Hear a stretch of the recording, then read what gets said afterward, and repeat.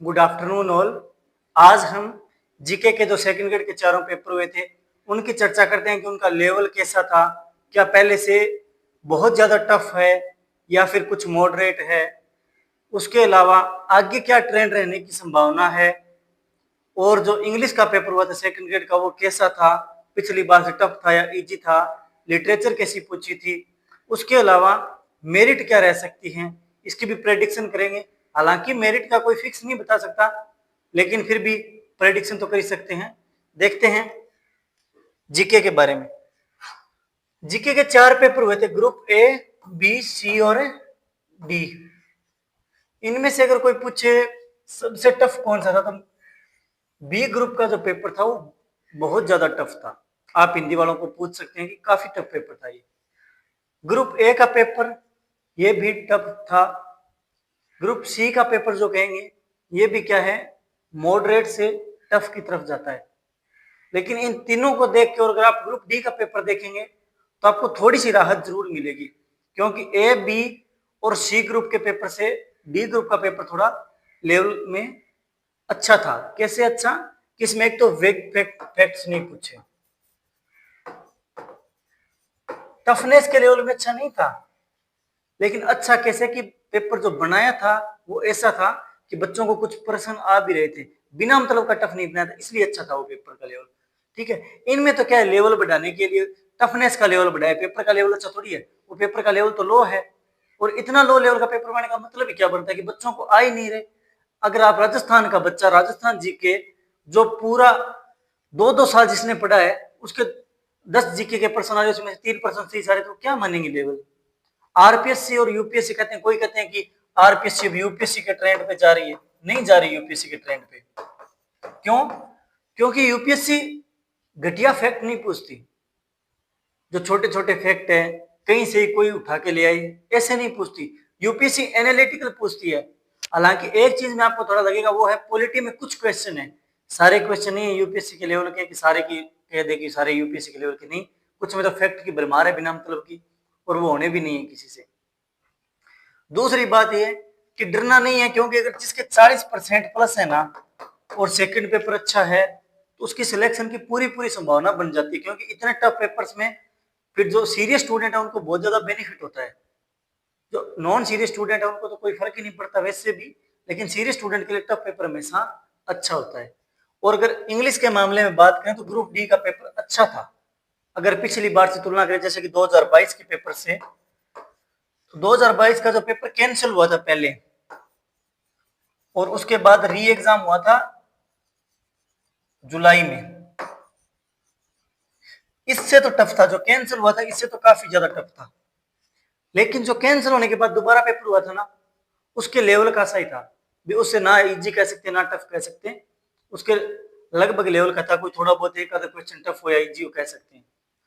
दूसरी बात ये कि ग्रुप डी में पर्सन जो आए थे उनमें देखिए आपकी, एक तो थे जीके के पर्सन, जैसे कि राजस्थान के पर्सन जो थे वो क्या थे, मॉडरेट थे, ना टफ थे ना इजी थे। कुछ पर्सन एक दो टफ थे, बाकी ठीक थे। पॉलिटी बहुत ज्यादा टफ पूछ रखी थी, टफ क्या बहुत ज्यादा टफ।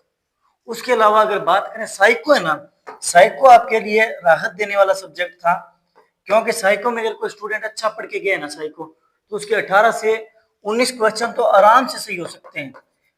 ज्यादा नहीं कह रहा हूं, साइको में 20 में से 20 सही होंगे लोगों के। साइको सच में अच्छी थी, डी ग्रुप की होने वाली थी, यानी बी ग्रुप में कुछ एक दो परसेंट टेढ़े थे, लेकिन इसमें नॉर्मल थी वैसे। अब बात करते हैं इंग्लिश की। इंग्लिश का पेपर कैसा था? इंग्लिश का पेपर पिछली बार से तुलना करें तो पेपर तो टफ था, लेकिन इसके विपरीत एक बात और भी है कि पेपर टफ होने के साथ साथ पिछली बार जैसे कुछ एक ऐसे कारण थे। कारण क्या थे कि एक तो लिटरेचर जो था पहली बार इतना ज्यादा पूछा था, कि पहले लिटरेचर बहुत ज्यादा नहीं पूछते थे, ठीक है, इसलिए पिछली बार बच्चों के लिटरेचर जो है वो नेगेटिव पॉइंट साबित हुआ था बच्चों के लिए। लेकिन अब की बार बच्चे लिटरेचर अच्छा पढ़ के गए थे, तो इसलिए बच्चों के लिए बेनिफिट था। पेपर टफ होने के बाद भी बच्चों ने अच्छा अटेम्प्ट किया। फिर भी पेपर टफ ही कह सकते हैं, लेकिन इतना ज्यादा भी टफ नहीं था भी जितना ये कह दें कि नहीं मेरिट बहुत कम चली जाएगी। नहीं, पिछली बार जैसा नहीं होने वाला है। पिछली बार मेरिट गई थी कितनी, 115 के समथिंग चली गई थी, ठीक है, जनरल की। बाकी कम होते होते, सॉरी, 315 के, और कम होते होते 300 के समथिंग आ गई थी, ठीक है। अब देखिए, इस बार ऐसा तो होने वाला शायद नहीं लग रहा। और दूसरी बात ये कि आप अगर नोटिस किया हुआ आपने, ग्रामर तो आरपीसी लगभग हर पेपर में एक जैसी सी पूछती है, कोई 2-4 क्वेश्चन टफ हो गए, कोई 2-4 इजी हो गए। टीएलएम है पिछली बार के जैसे ही थे, मॉडरेट से सब टफ थे। लिटरेरी हिस्ट्री, इसमें सबसे चेंजिंग जो पोर्शन हुआ वो इंडियन राइटर वाला हुआ है। इंडियन राइटर के पिछली बार सीधे सीधे प्रश्न पूछे थे, यानी अगर कोई राइटर का नाम और वर्क याद करके चला गया ना, तो सीधे के सीधे आए थे। लेकिन अब की बार ऐसा नहीं है। अब की बार जैसे एक सोनारी तारी वाला प्रश्न था, गोल्डन बोट, वो प्रश्न जो था वो क्या था, बहुत इजी था। बाकी प्रश्न जो है वो उनके डेप्थ बढ़ाई है कि राइटिंग देके कोई स्टोरी का जितनी हमने याद थी उतना तो उन्होंने प्रश्न में पूछ लिया था, कि जैसे क्राई द पीकॉक, उसकी थीम क्या है, इस तरीके से। तो ये टफ थे थोड़े। एजेस में भी कुछ प्रश्न मॉडरेट थे, एक आधा प्रश्न टफ था। तो क्या निष्कर्ष क्या निकलता है इसका? निष्कर्ष के आधार पर अगर मैं कहूं तो फर्स्ट पेपर में जिसके, मेरा ये मानना है फर्स्ट पेपर में आपके 50 तो सही होनी चाहिए थी। अगर उससे थोड़ा बहुत अगर ये कि पेपर का एग्जाम उनका प्रेशर होता है, तो आप ये मान सकते हैं 45 से कम तो सही नहीं होने वाला पेपर था, क्योंकि 20 साइको के थे, तो 45% तो सही होनी चाहिए थी। दूसरी बात ये 50, अब अगर किसी के 50 से ज्यादा है, अगर कोई 50 से 60 की रेंज में है, बहुत अच्छी रेंज है। मैं आपको फिर कहूंगा, आप फर्स्ट पेपर में अगर 50 से 60 के बीच के आ रहे हैं, तो आप निश्चित हो जाइए फर्स्ट पेपर की तरफ से। इसकी वजह से आपका सिलेक्शन फिर नहीं रुकेगा। और अगर किसी का 60 प्लस है, तो मैं कहूंगा आपको एडवांस में बधाई हो। अगर आपका सेकंड पेपर ठीक गया है और फर्स्ट पेपर में अगर 60 प्लस है, तो आप लगभग बच्चों से 10-12% की लीड लेके चलोगे, ठीक है। अब बात करते हैं इंग्लिश की। अब इंग्लिश में ये है कि पेपर टफ था हालांकि, लेकिन सीटें कम है अब की बार। पिछली बार सीटें जाती है, अब की बार मात्र 242 सीटें हैं। और पिछली बार जो 100 तक रैंक थे उनके नंबर थे 350 के लगभग।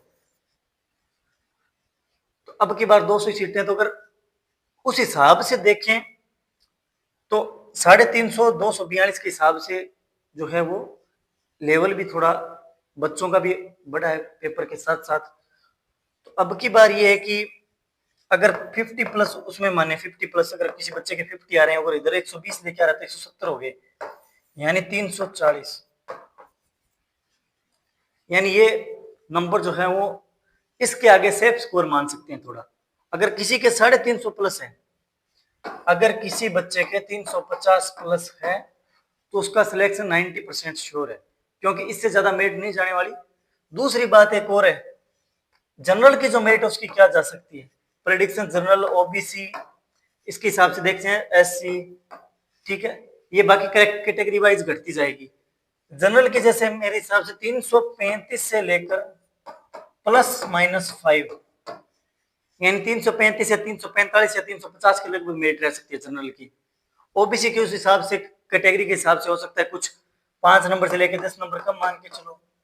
एससी है, ये अपनी कैटेगरी के हिसाब से 5 से 10 नंबर और कम आ जाएगी। बाकी वो नहीं होने वाला पिछली बार जैसा कि मेरिट 310 आ गई, नहीं, वो अब की बार नहीं है। 310 300 जैसे ओबीसी की 300 के लगभग थी। अब की बार पेपर जो है वो, हालांकि पिछली बार जैसा मान सकते हैं, लेकिन अगर पेपर को वैसा भी मान लें तो अभी क्या सीटें बहुत कम है, और सीटों के मुकाबले देखेंगे तो अब की बार मेरिट है निश्चित ही बढ़ेगी। Thank you, see you all.